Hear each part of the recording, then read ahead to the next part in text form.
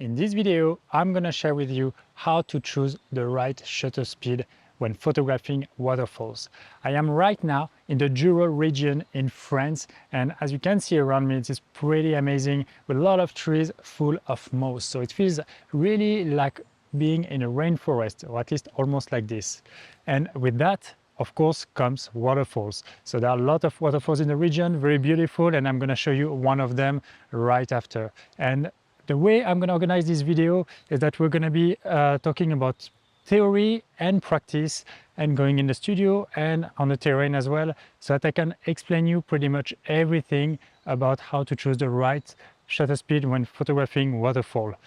Because there are like few tricks that you need to know and that you need to make sure you understand when doing this type of photography.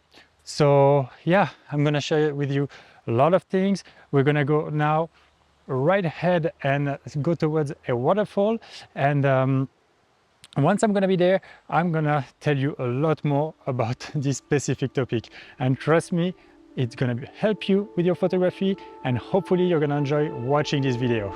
So let's get going.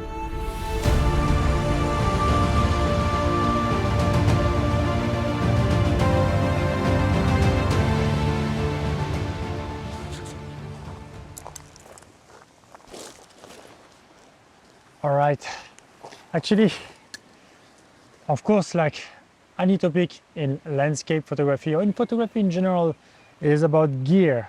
And I mean, I'm not like a crazy guy about gear. I'm like satisfied with what I have, but you still need to have the right gear for the purpose, right? And here, when shooting waterfalls, there are like a few things you might actually need. It's not even mandatory in some cases. So the first thing is obviously having your DSLR. So for me, it's a Fuji X-T3. It's tropicalized, which is kind of important when shooting waterfalls, because on a windy day or in some waterfalls, you have like water coming towards you, and you don't want your camera to be like soaking wet and like basically being damaged by water. So that can be very handy. In terms of lens, I'm using a wide-angle lens. That's something I just use regularly. I love using this lens. It's for me something really comfortable and something I really like to use. I sometimes use other lenses to take slightly different pictures of waterfall, like the one you can see here, or I might just show them in big on my screen. And so like I'm shooting sometimes, yeah, with a telephoto lens waterfalls, and then it gives like totally different atmosphere. Then you want, of course, like a tripod, because most of the time we'll be shooting in long exposure, which means slow shutter speed, and so having a tripod is like indispensable. You really need it. So get one, like try something a little sturdy. To be sure, it doesn't have to be as big as this one, and you can check this video here where I'm comparing some tripods and telling you which one is good or not maybe for you. That's pretty much the basic of what you need, and you can pretty much get started with this gear when you're shooting on a day which is like quite overcast, or if you're like in the forest or something like that, in a woodland. Then there won't be too much light passing, so you might be able to slow down your shutter speed at the right speed so that you can photograph the waterfall adequately. But the important gear is actually what's in this small box when you need it.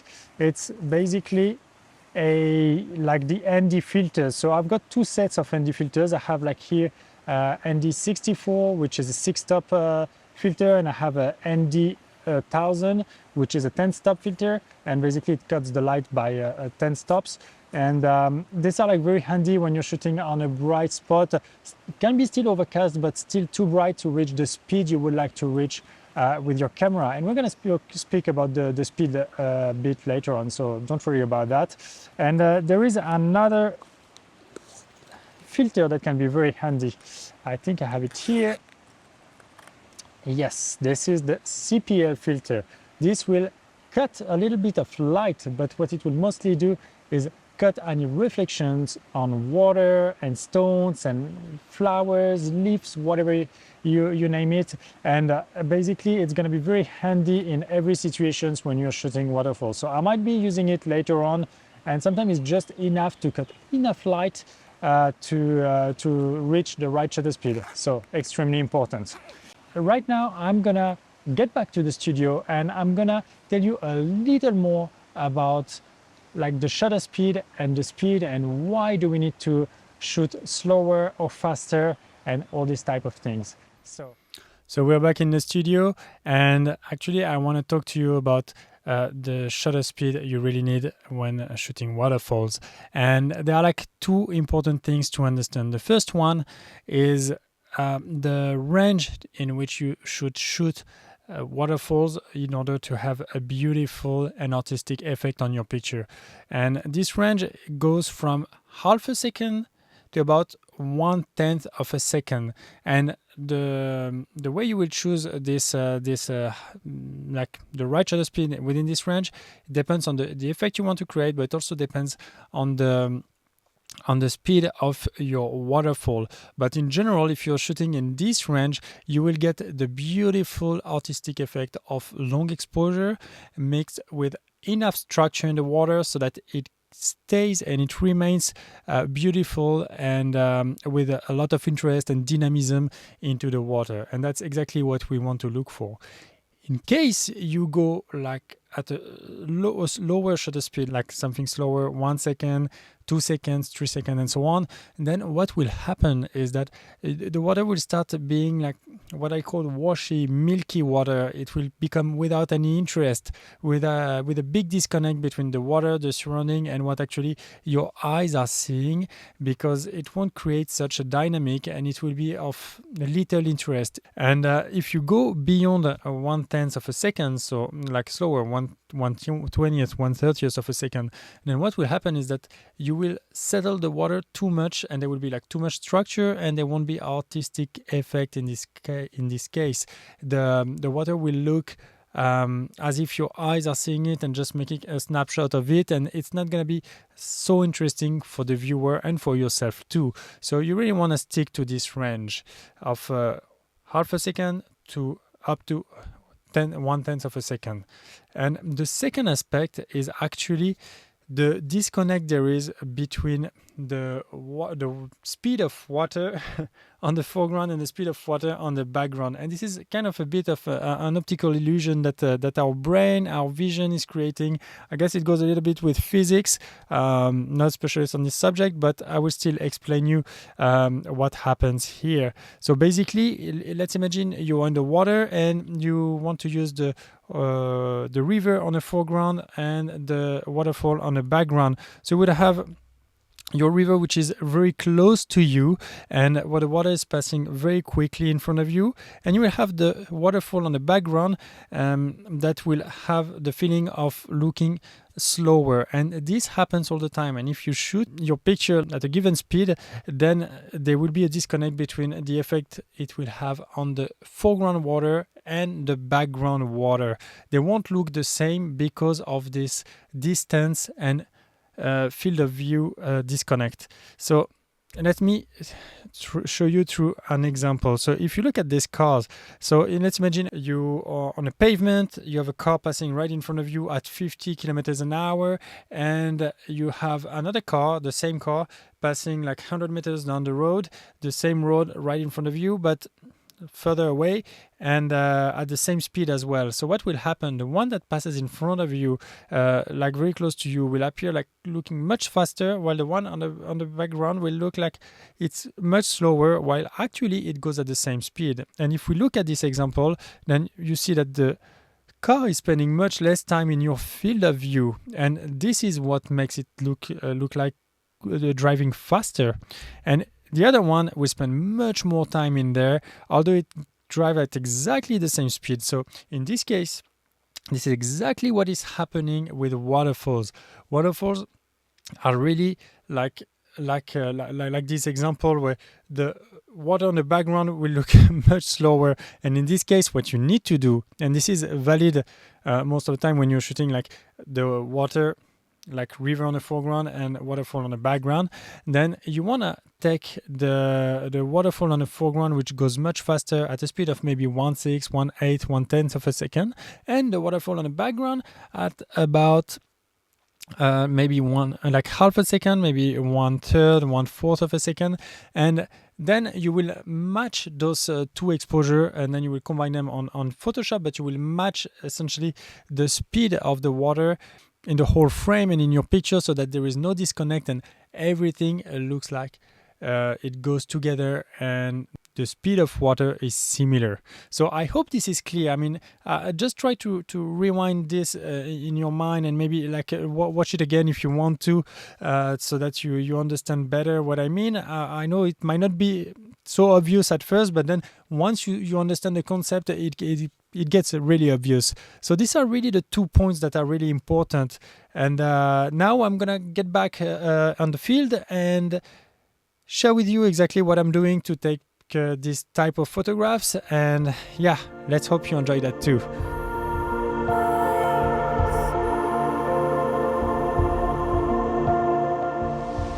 So yeah, one thing I forgot to tell you guys just before, like in the equipment session, in the gear section, is to get some, I'm not like flexible enough, I'm so sorry for that, but you need to get like rubber boots when you're going to shoot waterfalls. And the reason for that is very easy, is that if you want to truly enjoy waterfall photography, you want to be able to put your feet in the water to get very close to the nicest structure, to the water flow. And this you can go barefoot if the water is hot enough, but at this time of the year it's probably fairly cold, so I'd rather put my boots on and be comfortable shooting. Yeah, really important. So I guess you can see it behind me. That's the beauty that I have here, and that's what we're gonna photograph right now. So I'm gonna be walking like in the various places. So on that side and on that side you see a little bit of the waterfall. There is another one a bit further, and yeah, we're gonna do hopefully amazing shots, because this place is just true wonder, like really. So I finally placed myself close to the water and making sure I'm capturing really the waterfall like falling and like flowing down the river, so that I have really the movement and the feeling the water is really flowing towards me when I'm taking the photograph. And so I'm recording with the camera now, and you might be able to see it here. And it really comes handy to see that, as I explained earlier, like with the car example, that the water, which is like really on the foreground, is flowing like much quicker than the water which is coming from the waterfall on the background. So what I'm doing now, I'm really trying to have a like two pictures, basically one picture with the foreground when I'm capturing things like at a slower shutter speed, because as the water flows quicker, I need to slow down my shutter speed so that I create the effect I want. So still keeping some structure in the water and making sure the exposure is right. And on the background there, the waterfall is also like much slower compared to, although they go at the same speed probably, it feels much slower because it's far away, because my field of view is much wider. And so I need to shoot this like at a slower speed. So I'm shooting at about 1/3 of a second or 1/4. It depends. Before it was a little more sunnier, so I had to shoot like at a different speed. Now it's a little more, let's say, uniform. The light is more uniform, so I can shoot at more or less the same speed, but I still need to do like two different speeds depending on where I'm photographing. So really important to keep this in mind. And I'm gonna do the same example with a photograph I'm gonna shoot in a portrait orientation, because now I'm in landscape. And yeah, we're gonna look anyway afterwards those pictures while I will be on my studio, and we can look at it on the computer like in more details. All right, I'm gonna keep going, and hopefully this all goes well.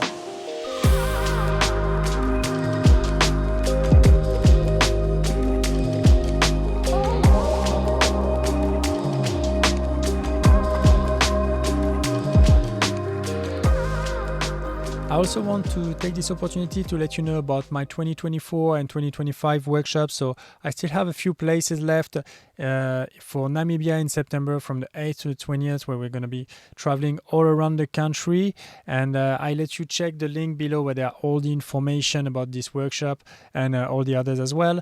They will be we'll be traveling around the country and a lot of other things, doing a lot of activities, and feel free to let me know if you are interested and if you have any questions about the pricing or any other questions you might be interested in. I do have some other workshops open, like in the Dolomites during fall 2024, and I do have in 2025 in September. Actually only in September because the other ones are held in French, but in English I do have one Lofoten open the first week of February, which is amazing to see the auroras and the beautiful light all along the day. I pretty much know very well the area now, and I can definitely guide you around it. It's going to be amazing. There will be single room for everyone. There will be a welcome and a goodbye dinner, so it's really great. And similarly in Senya Island, which is a little bit northern of the Lofoten, it's still in the Arctic Circle. There are still quite a bit of things to be seen there, and trust me, you're gonna enjoy it. It's much more wild than the Lofoten Islands, and still the auroras, the northern lights, and a lot of beautiful things to be seen. Also, like there will be only double rooms on this one, and there will be a welcome and goodbye dinner as well included. So feel free to check all the information in the link below. That will be really amazing, and feel free to contact me if you have any questions whatsoever about any of these tours.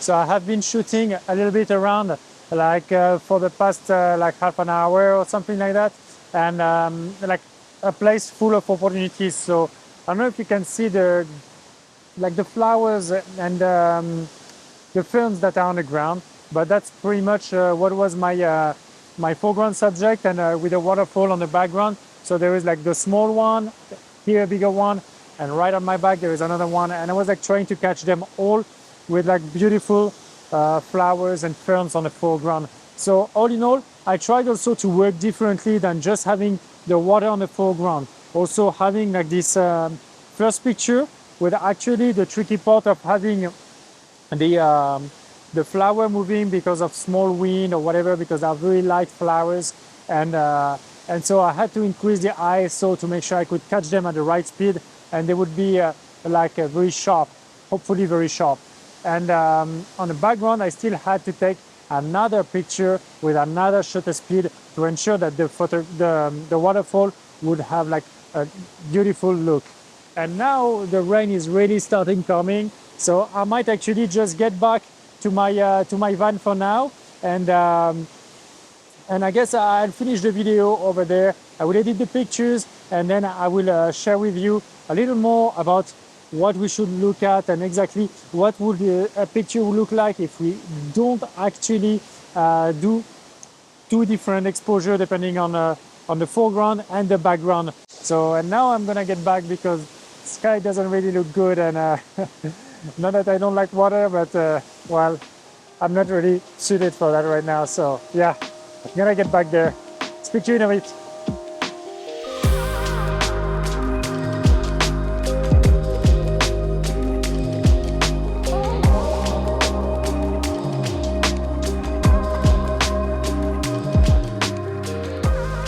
So I came back under the rain and I got soaking wet, and that was not really fun, but well, that's what happens. It's part of the game.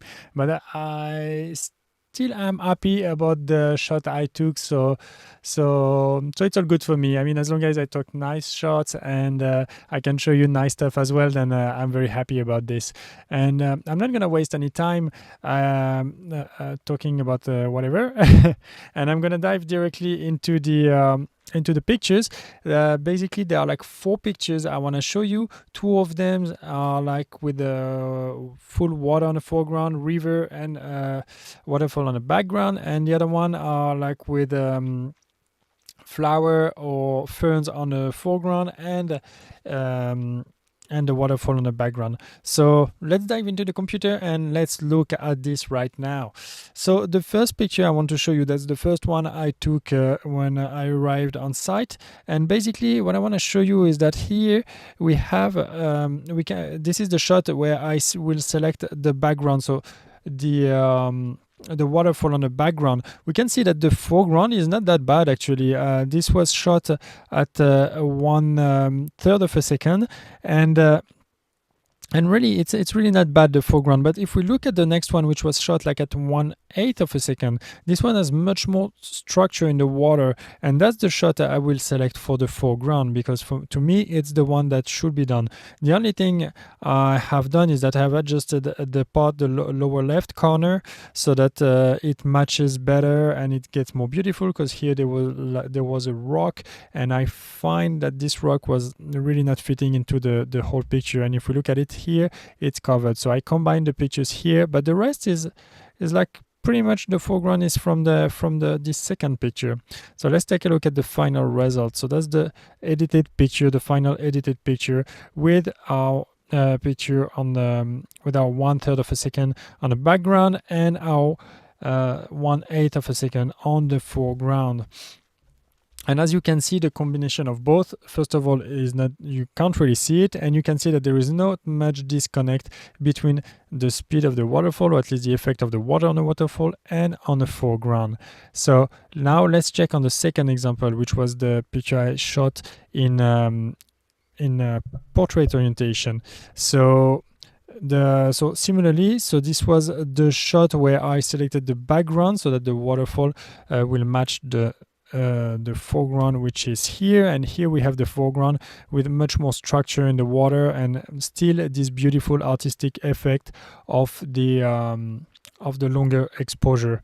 And the final shot is basically this one. So by combining both of them, then I finally managed to have something which is logical. I mean, any of those two pictures would honestly fit. I mean, if you process them correctly, any of the two would fit, but I still find that combining them and really making sure that you have something clean, at least for yourself, is really important. So in this case, to me, they really work both. And once again, that was like 1/8 of a second on the foreground and 1/3 of a second on the background. So as you can see, those two pictures are really matching in terms of speed. Now I shot this one, which is like with some leaves and that were on the foreground, and leading our eyes into the waterfall on the background. So in this case, I had to take the shot in 2 times as well, because the leaves on the foreground were moving quite a bit. So I was at, if we look here, I don't have the original picture here, but we have 1/10 of a second. So the 1/10 of a second was probably for the foreground, and the background here must have been shot at 1/4 or 1/3 of a second. And if I shot at 1/10 here, it was because the leaves were maybe moving a little bit at that time. I mean, not too much, I remember in this exact moment, but a little bit. And then you need to be a little faster when you shoot in order not to see any motion blur. And the last one is a picture I took just before leaving, just before it started really raining. Basically, there were like those few waterfalls here, like tiny ones compared to the other one, but still beautiful. And this beautiful flower on the foreground. And this, I guess, I do have, you see this, the first one I shot it at 1/30th of a second about the foreground, because there was a tiny bit of wind that was making it move, and then I could manage to settle it and to have it basically almost clear, although you can see there are like some parts that are not perfect, and it's always a tricky part when doing this type of photographs. But in general, I'm fairly satisfied with the result. Like, it's not truly visible with the naked eye unless you really stick your eye to the picture. And on the background, I was again at most probably 1/4 or 1/5 of a second in order to get the nice artistic effect and long exposure effect in the water. So these are really two things that are important when you're shooting waterfalls, like really paying attention to the range you are shooting the overall waterfall, and paying attention to what you have on the like the speed of the water, or even the foreground, as I showed you with the flowers on the foreground, and see and make sure that you're shooting everything at the right shutter speed. It's extremely important. Of course, you need to adjust all of this by using either increasing your ISO, either like decreasing a little bit your aperture, and like by playing on the triangle of exposure basically will help you get the right shutter speed. And you need to accept some time to increase and have a little bit more noise in order to reach the right shutter speed. It's extremely important to be able to make this compromise. So that's pretty much it for this video. I know that was a lot of information, but I hope this was a helpful video for you, that you learned something, and that you will be able now to practice it while going to shoot your next waterfall. That would be amazing if my advice really helped you and will help you make amazing photographs.